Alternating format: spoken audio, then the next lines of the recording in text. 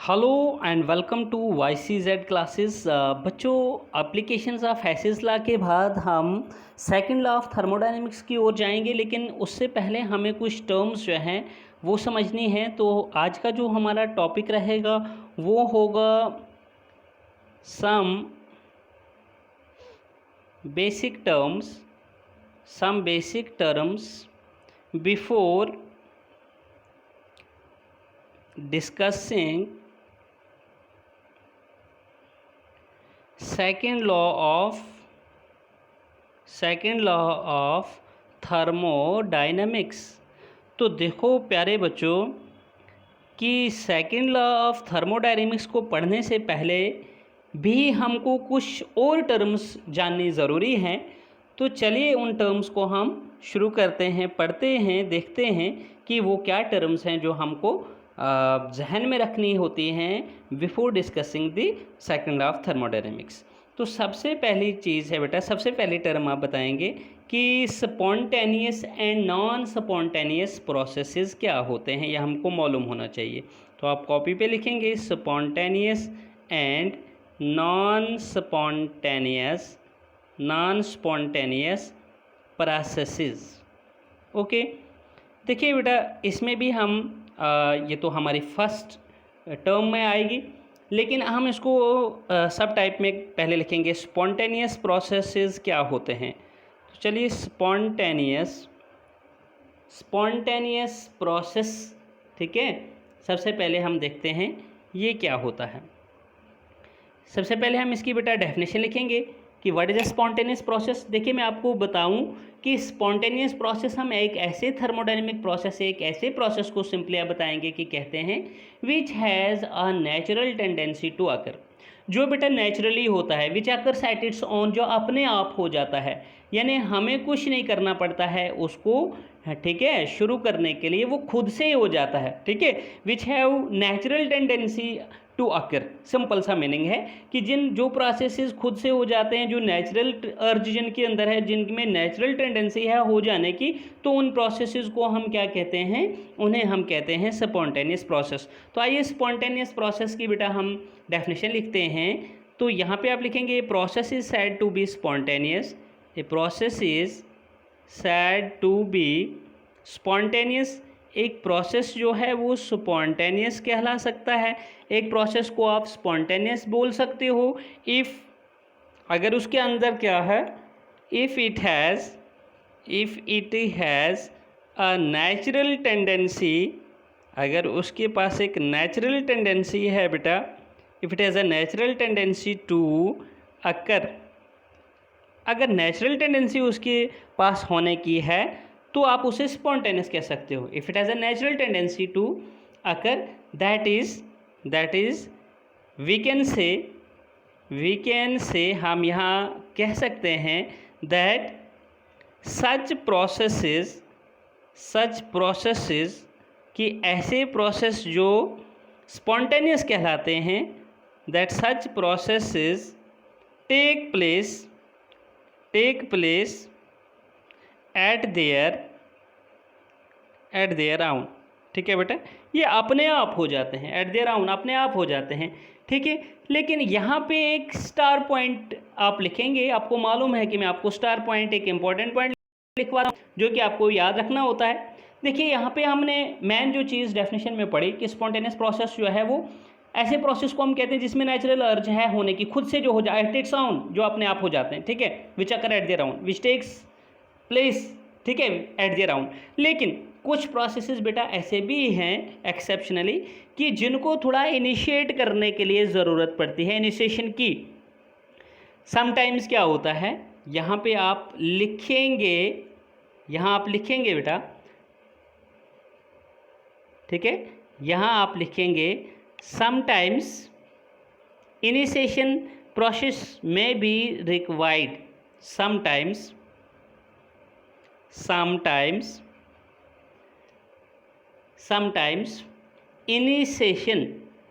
Initiation मतलब शुरू करने के लिए हमें कुछ करना पड़ता है कुछ प्रोसेसेस के लिए, लेकिन सारे प्रोसेस में हम नहीं कहेंगे, लेकिन कुछ प्रोसेसेस को बेटा मतलब शुरू करने के लिए थोड़ा सा इनिशिएट करना पड़ता है। तो समटाइम्स इनिशिएशन, समटाइम्स कभी कभी क्या होता है,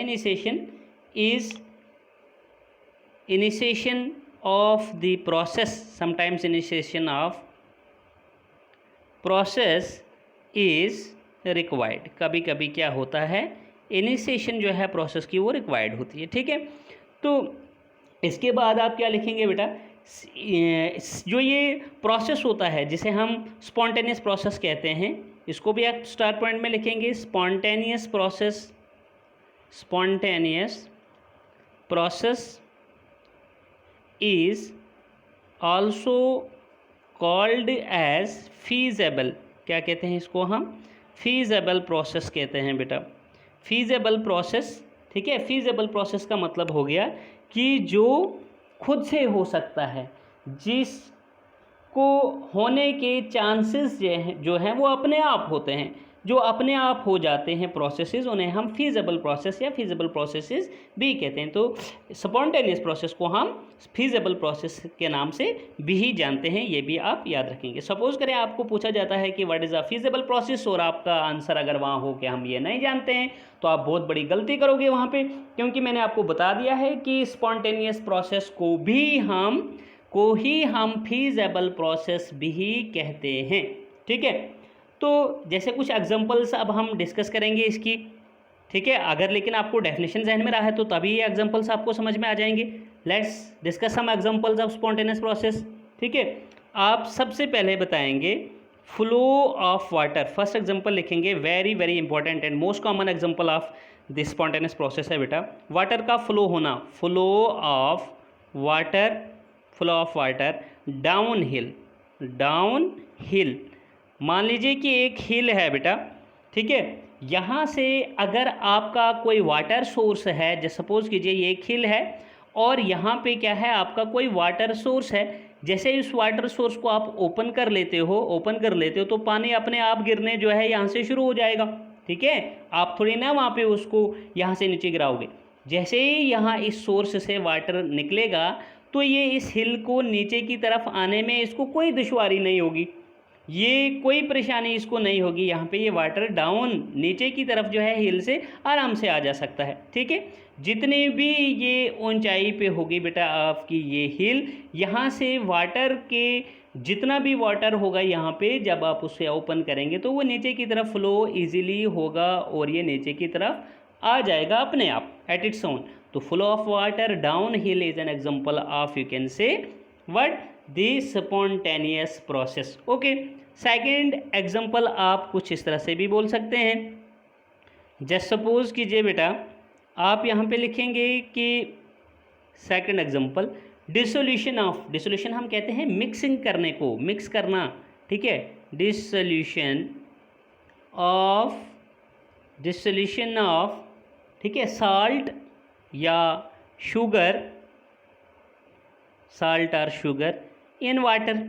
अभी साल्ट या शुगर को आपने वाटर के साथ डिज़ोल्व किया या आपने डाल दिया, साल्ट या शुगर आपने वाटर में डाल दिया। आप इसको प्रैक्टिकली घर पे भी कर सकते हो बेटा, कि अगर विदाउट स्टीयरिंग आपने डाल दिया, आप स्टीयरिंग नहीं कर रहे हो किसी गिलास राड या किसी स्पून स्पैचुला वगैरह से, कोई स्टीयरिंग आप नहीं कर रहे हो, आपने गिलास ले लिया, उस गिलास ऑफ वाटर में आपने गिलास लिया, उसमें वाटर लिया और उसमें आपने क्या कर दिया, सपोज कीजिए कि आपने एक स्पून जो है बेटा यहाँ पे इसमें क्या ले लिया, साल्ट या शुगर ले ली या 2 स्पून्स ले ली।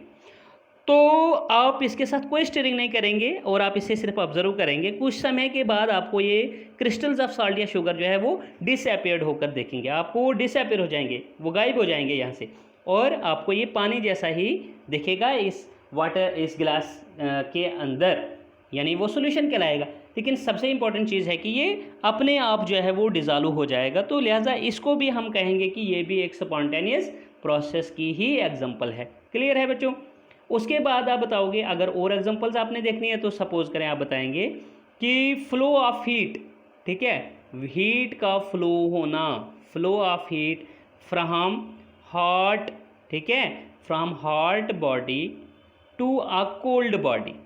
हीट हमेशा फ्लो करेगी हॉट से कोल्ड बॉडी की तरफ। जस्ट सपोज करें कि आपके पास एक हॉट मेटालिक रॉड है बेटा, अगर इस हॉट मेटालिक रॉड को आप क्या करते हैं, इसके साथ अगर आप अटैच करके एक कोल्ड मेटालिक रॉड रख देते हो, कोल्ड मेटालिक रॉड रख देते हो, कुछ समय के बाद आपको ये कोल्ड रॉड जो है वो भी हॉट दिखेगी, क्योंकि हॉट वाली चीज़ के साथ आपने अगर उसको अटैच करके रखा है तो you know here the heat flows from the hot body to the cold body.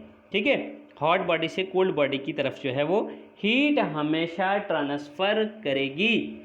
तो कुछ समय के बाद आपको ये कोल्ड बॉडी जो है ये भी हॉट दिखने लगेगी। इसका मतलब कि जो बॉडी हॉट थी उसकी हॉटनेस जो है वो ट्रांसफ़र हो गई है कोल्ड बॉडी में भी, तो ये भी अपने आप हो गई है, तो ये भी कहलाएगा आपका स्पॉन्टेनियस प्रोसेस। ठीक है बेटा, तो इसी तरह से बच्चों बहुत सारी एग्जांपल्स आप इस तरह से ले सकते हो।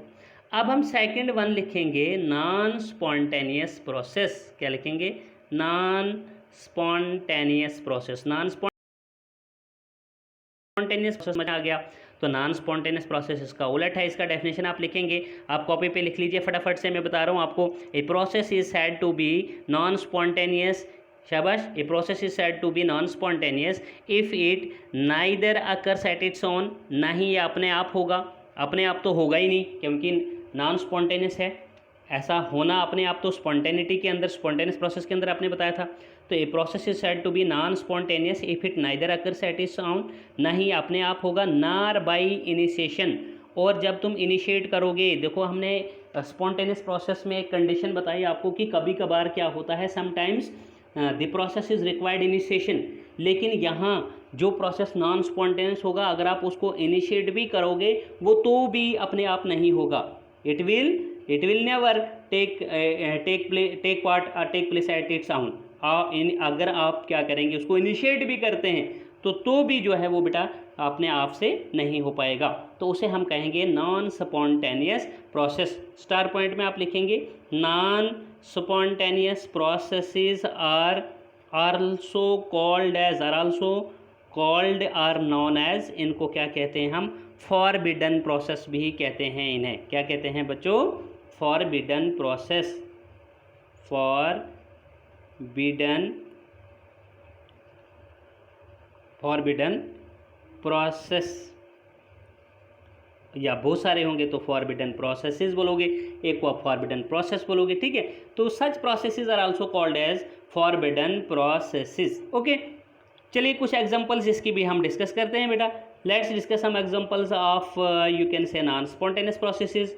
फर्स्ट वन इज, जैसे देखो बेटा मैंने flow of water down hill बताया था आपको, अभी समझाया स्पॉन्टेनियस प्रोसेस में, तो यहाँ इसका उल्टा करेंगे, हम बोलेंगे फ्लो ऑफ वाटर, वाटर कभी फ्लो नहीं होगा अप हिल। अप हिल मतलब हो गया बच्चे, ये अगर कोई हिल है, क्या वाटर अपने आप यहाँ पे है तो क्या ये यहाँ से नीचे से ऊपर जा सकता है?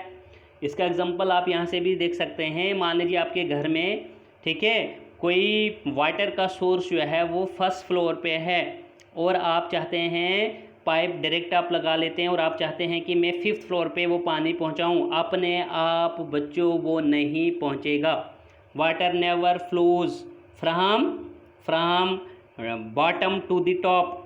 ठीक है, इसी तरह से हम बोलें अप हिल का मतलब हो गया ये अप ऊपर की तरफ, नीचे से ऊपर की तरफ, इस हिल को वाटर नहीं जा सकता, इस हिल पे वाटर नीचे से ऊपर की तरफ नहीं आ सकता, तो नहीं हो सकता तो कौन सा प्रोसेस होगा? ये होगा आपका नॉन स्पॉन्टेनियस प्रोसेस। कौन सा होगा? नॉन स्पॉन्टेनियस प्रोसेस होगा।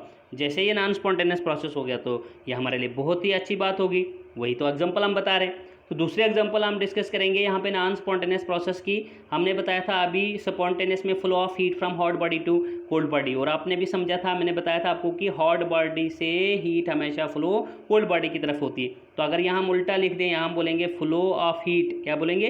Flow of heat from cold body to hot body. तो आप बोलेंगे देखो सर क्या बता रहे हैं, है ना, cold body to hot body. तो बेटा ऐसा पॉसिबल नहीं होता है, ऐसा पॉसिबल नहीं है कि हीट कभी भी कोल्ड बॉडी से हॉट बॉडी जो है वो ट्रांसफ़र नहीं होती है। ठीक है, कोल्ड से हॉट बॉडी की तरफ हीट कभी ट्रांसफ़र नहीं होती है। तो जब ये नहीं होती है तो इसका मतलब ये सब नॉन स्पॉन्टेनियस प्रोसेस की एग्जांपल है। ठीक है, इसी तरह से आप नेक्स्ट एग्जांपल लिख सकते हैं यहाँ पे बेटा, नॉन स्पॉन्टेनियस प्रोसेस की डिफ्यूजन ऑफ गैस। आपको मालूम है कि गैसेस जो हैं सॉलिड और लिक्विड्स के बरक्स सबसे ज़्यादा बेटा डिफ्यूज़ होती हैं, तो उनका हम यहाँ पे एग्जांपल बना रहे हैं, डिफ्यूजन ऑफ गैसेस का डिफ्यूज़ होना from diffusion of gases from low pressure to high pressure. देखो बेटा, गैसेस जो है वो हमेशा डिफ्यूज़ होती हैं high pressure to low pressure. ये तो स्पॉन्टेनियस प्रोसेस का एग्जांपल बनेगा अगर आप लिखेंगे diffusion of gases from high pressure to low pressure. लेकिन हम कह रहे हैं कि गैसेस का डिफ्यूज़ होना लो प्रेशर से हाई प्रेशर पॉसिबल नहीं होता। जब ये पॉसिबल नहीं है, अपने आप नहीं होता है, गैसेस अपने आप लो प्रेशर से हाई प्रेशर डिफ्यूज़ नहीं हो सकती हैं, तो इट मीन्स दैट कि ये भी हमारे पास नॉन स्पॉन्टेनियस प्रोसेस की एग्जांपल है। ठीक है बच्चों, इसी तरह से आप बहुत सारी एग्जांपल जो हैं वो ले सकते हैं। ठीक है, जैसे आप बताएंगे mixing of sand in water. आप सैंड को वाटर के साथ मिक्स करोगे, थोड़ी देर के लिए आपको लगेगा कि सैंड के साथ जो है वाटर के साथ जो है वो सैंड मिक्सअप हो गई है, लेकिन when you keep them undisturbed, जब आप उसको अनडिस्टर्ब रख देंगे बेटा, तो वो क्या हो जाएगा, फिर से सैंड अलग हो जाएगी, यानी वो बॉटम पे कंटेनर के सेटल हो जाएगी और वाटर जो है वो अलग हो जाएगा। तो वो भी आपका क्या हो जाएगा कि नॉन स्पॉन्टेनियस में ही आएगा, वो भी अपने आप मिक्स नहीं होती है। ठीक है, ऐसा नहीं देखने को मिलता है, तो नॉन स्पॉन्टेनियस का एग्जांपल बनेगा। इसके बाद एक स्टार पॉइंट यहाँ पे आप लिखेंगे बेटा। देखो, हमने यहाँ पे अभी आपको स्पॉन्टेनियस प्रोसेस और नॉन स्पॉन्टेनियस प्रोसेस से इंट्रोड्यूस करवा लिया। ठीक है, अब देखिए हमने यहाँ पे बता दिया कि एक प्रोसेस को स्पॉन्टेनियस करने के लिए जो फोर्स रेस्पॉन्सिबल होती है ना। अब देखो, एक प्रोसेस स्पॉन्टेनियस होता है, अपने आप हो जाता है, तो उसके अंदर भी तो कोई चीज़ है ना जिसको हम वो नेचुरल अर्ज बोलते हैं, या एक टेंडेंसी उसके अंदर बोलते हैं कि इस तरह की है, जो कि वो उसको खुद से करवा लेती है। ठीक है, तो बेटा इसको क्या कहते हैं, इसको ड्राइविंग फोर्स बोलते हैं। तो स्टार पॉइंट में आप लिखेंगे द फोर्स, क्या लिखेंगे आप, द फोर्स आर, जिसको आप फोर्स बोलोगे, या नेचुरल फोर्स आर नेचुरल अर्ज बोलेंगे। ठीक है, रेस्पॉन्सिबल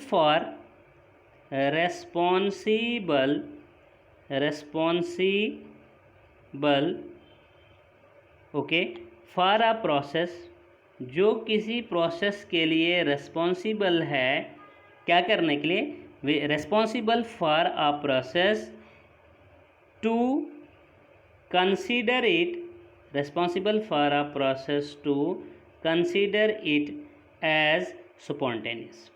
किसी प्रोसेस को रेस्पॉन्सिबल जो फोर्स होगी उसको स्पॉन्टेनियस बताने के लिए, उसको स्पॉन्टेनियस करार देने के लिए, तो हम उसको बोलेंगे उस फोर्स या नेचुरल अर्ज को which responsible for considering a process to be spontaneous.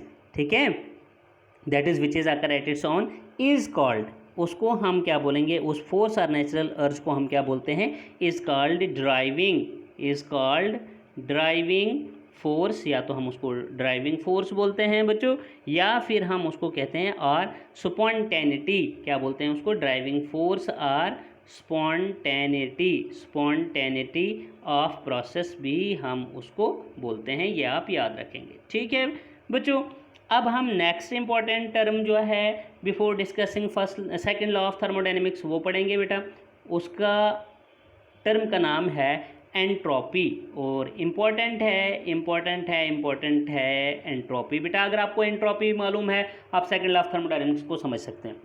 तो एंट्रोपी क्या होता है बेटा, सबसे पहली चीज़ मैं आपको यहाँ पे बता दूँ कि एंट्रोपी की डेफिनेशन तो हम डिस्कस करेंगे सबसे पहले, जो कि इस तरह से है, the measure of, it is defined as the, आप इस तरह से भी बोल सकते हो, it is means entropy, it is defined as the measure of randomness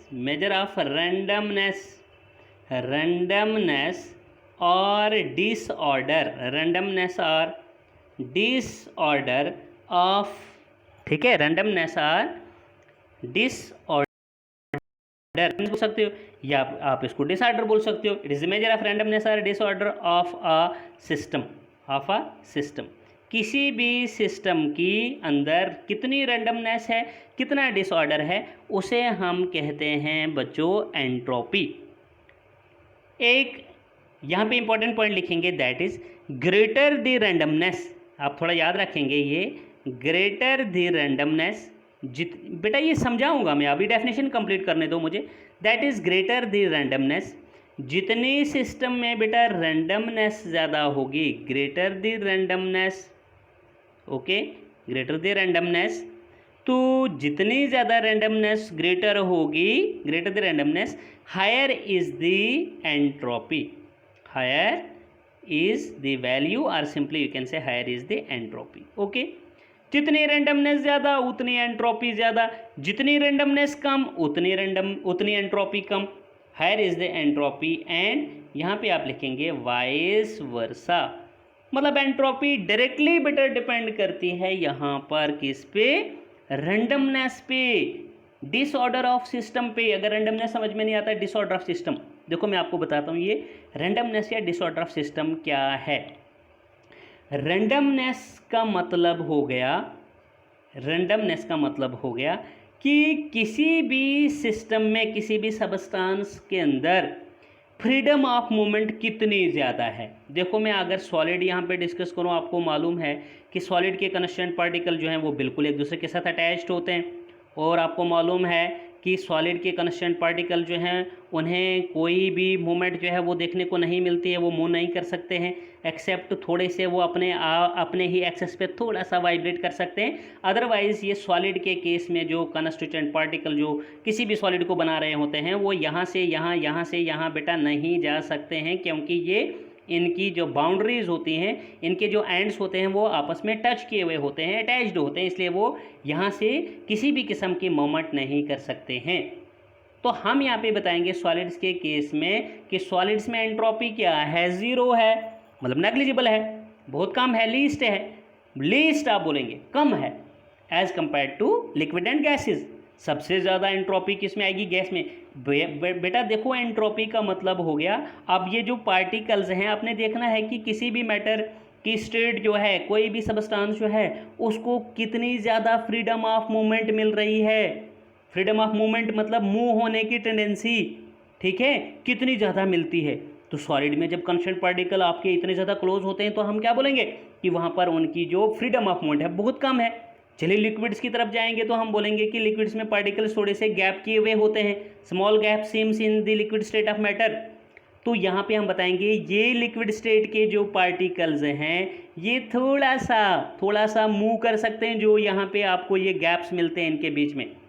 तो हम यहाँ बोलेंगे कि सर इनका, और डिसऑर्डर का मतलब हो गया कि देखो आपने कंस्टेंट पार्टिकल्स को एक वेल अरेंज मैनर में अगर रखा था, अगर वो वहाँ से निकल गया, वेल अरेंज मैनर तो आपका सॉलिड स्टेट में है, और उस डेफिनेट अरेंजमेंट से ये निकल गया है तो हम उसको बोलेंगे, डेफिनेट अरेंजमेंट को हम बोलेंगे ऑर्डर्ड अरेंजमेंट, ऑर्डर्ड सीक्वेंस, एक ऑर्डर्ड मैनर।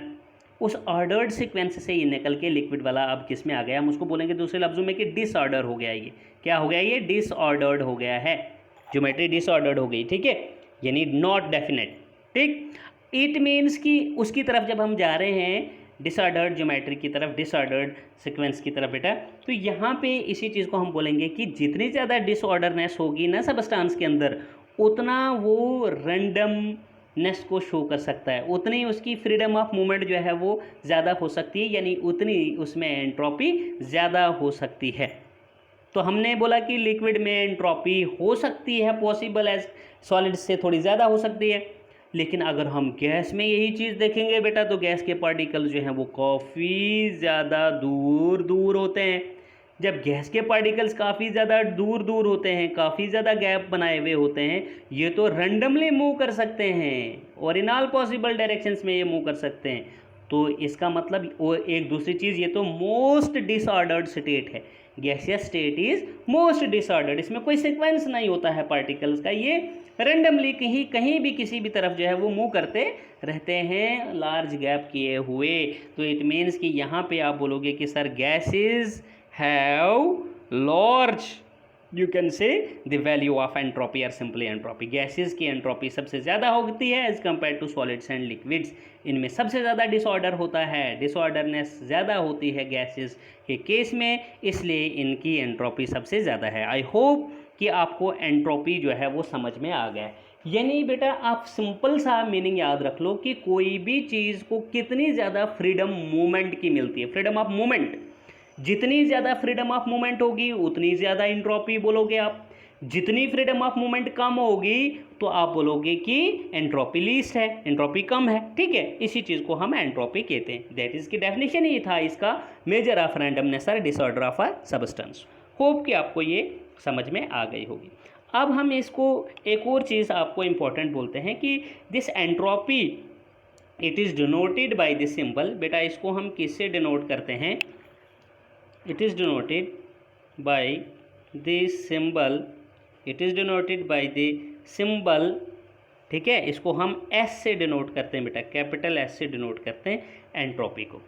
क्लियर है? इसके बाद आप यहाँ पे लिखेंगे, जब इसको एंट्रोपी को हम एस कैपिटल से डिनोट करते हैं तो मैथमेटिकली आप बताएंगे इसका जो फॉर्म बनेगा एंट्रोपी का। लेकिन इससे पहले आप याद रखेंगे कि entropy is a state function. ये क्या है? एक स्टेट फंक्शन है बेटा। स्टेट फंक्शन का मतलब आप समझते हैं कि that depends upon the initial and final states of the system. ठीक है, अगर एंट्रोपी स्टेट फंक्शन है, initial final states of system पे डिपेंड करता है, तो दैट मीन्स इसका चेंज इन एंट्रोपी भी हमें कैलकुलेट होगा। नाउ या that is change in entropy, change in entropy is given by the relation delta S. बेटा चेंज को हम डेल्टा करके लिखते हैं, S means entropy, change in entropy क्या बनेगा? ये सिक्स स्टेट फंक्शन है, फाइनल इनिशियल वैल्यू बनेगी S2 minus S1, S2 minus S1, इसका चेंज इन एंट्रोपी हमारा आएगा यहाँ पे बेटा। ठीक है, या आप इसको लिख सकते हो summation of the entropy of products minus summation of entropy of reactants, इस तरह से भी आप लिख सकते हो, लेकिन S2 माइनस S1 आपका बेहतर है। ठीक है, अब यहाँ पे एक स्टार पॉइंट फिर से लिखेंगे आप। आपने ये चीज़ बेटा काफ़ी इंपॉर्टेंट है, ये आपको न्यूमेरिक्स में लगेगी। ये फॉर्मूला जो हम निकालने जा रहे हैं, यहाँ पे डिराइव करने जा रहे हैं स्पॉन्टेनिटी इस पे, सॉरी एंट्रोपी पे, तो आप यहाँ पे लिखेंगे फॉर अ रिवर्सिबल। बेटा ये काफ़ी इंपॉर्टेंट चीज़ है, for a, remember always that for a reversible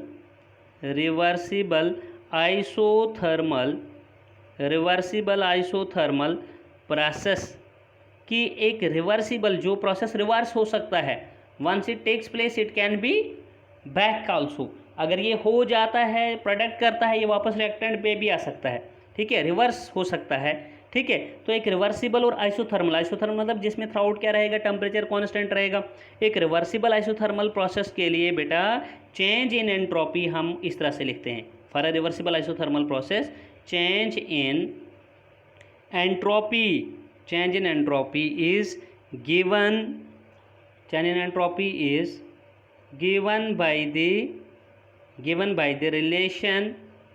ये आप याद रखेंगे बेटा, चेंज इन एंट्रोपी को कैसे देते हैं, इक्वल टू क्यू। यहाँ पे आप छोटा लिखेंगे इसमें REV जिसका मतलब रिवर्सिबल, और पैरेंथेसिस में आप ISO डालेंगे जिसका मतलब हो गया isothermal.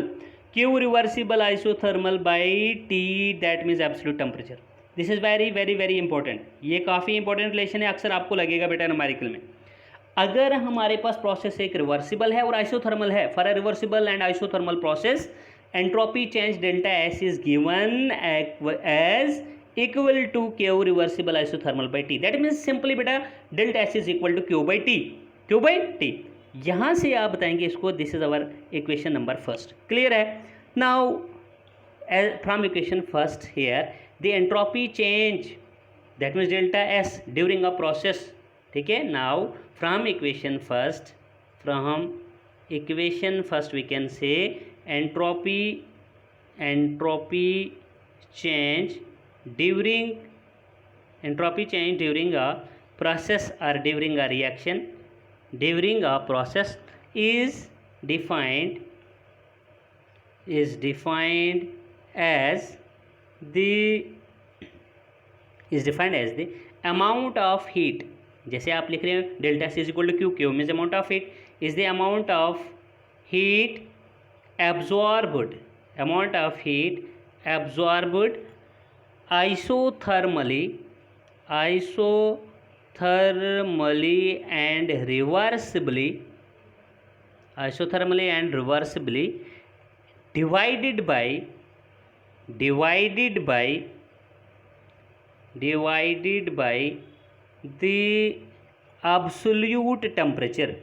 by the absolute temperature, that means T।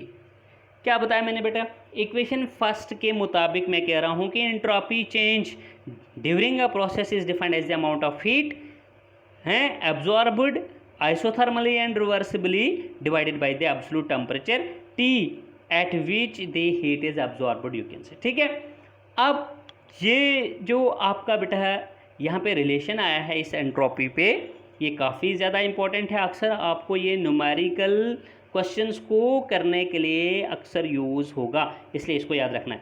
इसके बाद आप लिखेंगे इसका यूनिट, एंट्रोपी का यूनिट क्या आएगा, एंट्रोपी का यूनिट आएगा जैसे कि देखिए क्यू बाई टी है, आपको मालूम है कि क्यू है यूनिट जूल, क्यू हीट है, हीट एनर्जी है, टी टेम्परेचर है तो केल्विन में, तो ये आ जाएगा बेटा जूल, क्या आएगा जूल पर केल्विन, तो जूल पर kelvin will be the amount of this, you can से एंट्रोपी। ओके, नेक्स्ट आप लिखेंगे अपनी कॉपी पे फिजिकल सिग्निफिकेंस ऑफ एंट्रोपी। ठीक है, क्या लिखेंगे बेटा, फिजिकल सिग्निफिकेंस ऑफ एंट्रोपी। देखिए बेटा, फिजिकल सिग्निफिकेंस एंट्रोपी की क्या है, हम एक एग्जांपल लेते हैं। फिजिकल सिग्निफिकेंस के लिए हम एक एंट्रोपी के लिए एक एग्जांपल लेते हैं। Now to understand the physical significance of entropy properly, let's discuss an example of melting of ice. मैं ये लिखूंगा नहीं बेटा, मैं बता रहा हूँ आपको, समझा रहा हूँ, आप यहाँ से लिख सकते हैं। Let's take an example of melting of ice and you know very well that melting of ice is associated with an increase in entropy. देखो बेटा, इसकी फिजिकल सिग्निफिकेंस में बता रहा हूँ कि मेल्टिंग ऑफ आइस हम ले रहे हैं, एग्जाम्पल इसी को हम एक्सप्लेन कर रहे हैं। For example melting of ice में अगेन बता रहा हूँ आपको, फिजिकल सिग्निफिकेंस ऑफ एंट्रोपी के लिए मैं मेल्टिंग ऑफ आइस को एक्सप्लेन कर रहा हूँ। और मैं बता रहा हूँ आपको कि जब आइस जो है बेटा, जो कि वाटर से फ्रीज होके बनी हुई होती है, अब जब ये आइस यहाँ पे आपकी सॉलिडिफाई होके है बेटा, तो ये आइस जब मेल्ट होने लगेगी, जब ये पिघलनी शुरू हो जाएगी, आइस क्यूब्स जब मेल्ट होने शुरू हो जाएंगे, तो अभी ये जब सॉलिडिफाई हैं, आइस जब सॉलिड की शक्ल में है, तो यहाँ पे रैंडमनेस कम है। रैंडमनेस इनमें क्या है, यानी रैंडमनेस को मैंने आपको क्या बताया, आपको याद रखना, रैंडमनेस लेस है यहाँ पे। रैंडमनेस मतलब बेटा फ्रीडम ऑफ मूवमेंट, क्योंकि पार्टिकल जो है वो फ्रीज होके एक ही जहाँ पे वो फ्रीज हो गया वो पोजीशन उसने एक्वायर कर दी है। ठीक है, सॉलिडिफाई हो गया। अब जैसे ही इसको आप क्या करोगे, लिक्विफाई यानी मेल्ट करोगे, जैसे ये होना शुरू हो जाएगा, तो ये आइस क्या करने लगेगा, अपने आपके बीच, जैसे ये सॉलिडिफाई हो गए थे, ये लिक्विड में आने शुरू हो जाएंगे। जब ये लिक्विफाई होने शुरू हो जाएंगे, लिक्विड में कन्वर्ट होने शुरू हो जाएंगे, तो इसमें गैप्स आने शुरू हो जाएंगे। जब गैप्स आने शुरू हो जाएंगे तो ये मूव तो करने लगेंगे ना अब, तो उसी चीज़ का नाम तो है फ्रीडम ऑफ मूवमेंट और रैंडमनेस और डिसऑर्डर ऑफ सब्सटेंस का ही नाम तो बेटा एंट्रोपी है। तो it means that we now very well that melting of ice is associated with increase in entropy. जब आइस मेल्ट होती है तो एंट्रोपी में इंक्रीज आने लगती है। जब आइस मेल्ट नहीं है, आइस में ही है, तो एंट्रोपी कम है। जैसे ही मेल्ट होनी शुरू हो जाती है तो एंट्रोपी इंक्रीज होनी शुरू हो जाती है। And at the same time you know that it is found that the molecules of water in ice, देखो बेटा आइस में वाटर के मॉलिक्यूल्स आपस में क्या थे, बहुत ज़्यादा क्लोज थे। They are closely held with each other and have fixed positions, but as soon as the ice starts changing into water, जैसे जैसे आइस ने वाटर में बदलना शुरू कर दिया, ठीक है, the molecules of water also begins to move about freely. तो वाटर के मॉलिक्यूल जो हैं उनको भी फ्रीडम ऑफ मूवमेंट मिला मूव होने की, फ्रीली मूव होने की, जब वो यहाँ पे मेल्ट हुए तो, यानी आइस जब मेल्ट हुई तो तब वाटर मॉलिक्यूल्स को भी फ्रीडम ऑफ मूवमेंट मिला मूव होने का। दैट इज़ जिसी को हम बोलते हैं डिसऑर्डर सेट्स इन, कि उसके अंदर एक डिसऑर्डर आना शुरू हो गया। डिसऑर्डर जो है वो शुरू हो गया, डिसऑर्डर शुरू हो गया जब, तो इसका मतलब एंट्रोपी बढ़ी। तो hence we may conclude that entropy, which is a measure of, you can say, the randomness or disorder of a substance, it starts increasing here। तो ये भी आप थोड़ा यहाँ पे बताएंगे। कैरेक्टरिस्टिक्स ऑफ एंट्रोपी, कि एंट्रोपी के कुछ कैरेक्टरिस्टिक्स हम पढ़ेंगे, वो याद रखेंगे। Important characteristics of the entropy, और एंट्रोपी के क्या क्या है बेटा हम कैरेक्टरिस्टिक फीचर्स याद रखेंगे। सबसे पहला आप याद रखेंगे कि it is a state function. पढ़ाया कि एंट्रोपी जो है ये एक स्टेट फंक्शन हुआ करती है, तो it is a state function, यानी entropy is a state function. Entropy एक स्टेट फंक्शन है, बिल्कुल है जी। दैट इज स्टेट फंक्शन का मतलब हो गया that means it depends upon the initial and final states of the system. Okay, second characteristic आप बताएंगे entropy is, that is it is an extensive property. अगर आपको याद होगा कि मैंने आपको पढ़ाया था इस चैप्टर में इंटेंसिव एंड एक्सटेंसिव प्रॉपर्टीज़, तो ये एक्सटेंसिव प्रॉपर्टी है बेटा। कौन सी वाली प्रॉपर्टी है ये? Extensive property. यहाँ पे आप ध्यान रखेंगे एक्सटेंसिव प्रॉपर्टी, और एक्सटेंसिव प्रॉपर्टी होती है property of matter content, quantity of matter content in a system, यानी एक्सटेंसिव प्रॉपर्टी डील करती है quantity of matter content in a system. Matter की क्वांटिटी जब आपके सिस्टम में कंसिडर होगी तो it is an extensive property बेटा, ठीक है। ये क्वांटिटी ऑफ मैटर के साथ कंसर्न्ड है। थर्ड आप बताएंगे, थर्ड कैरेक्टरिस्टिक फीचर आप बताएंगे बेटा कि चेंज इन एंट्रोपी, लिखेंगे आप चेंज इन एंट्रोपी मतलब हो गया delta S, change in entropy for a cyclic process. आपको मैंने पढ़ाया था पीछे साइक्लिक प्रोसेस क्या होता है। When a series of reactions takes place in a system and after that it returns back to its original state, उसको हम रिवर्सिबल प्रोसेस बोलते हैं, ठीक है। जिस प्रोसेस में एक सीरीज़ ऑफ रिएक्शंस हो और उसके बाद वो अगेन एक अपनी ओरिजिनल स्टेट पे पहुंच जाए, उसको हम साइक्लिक प्रोसेस कहते हैं। तो साइक्लिक प्रोसेस के दौरान में चेंज इन एंट्रोपी बेटा जीरो होता है, ये आप याद रखेंगे। The change in entropy for a cyclic process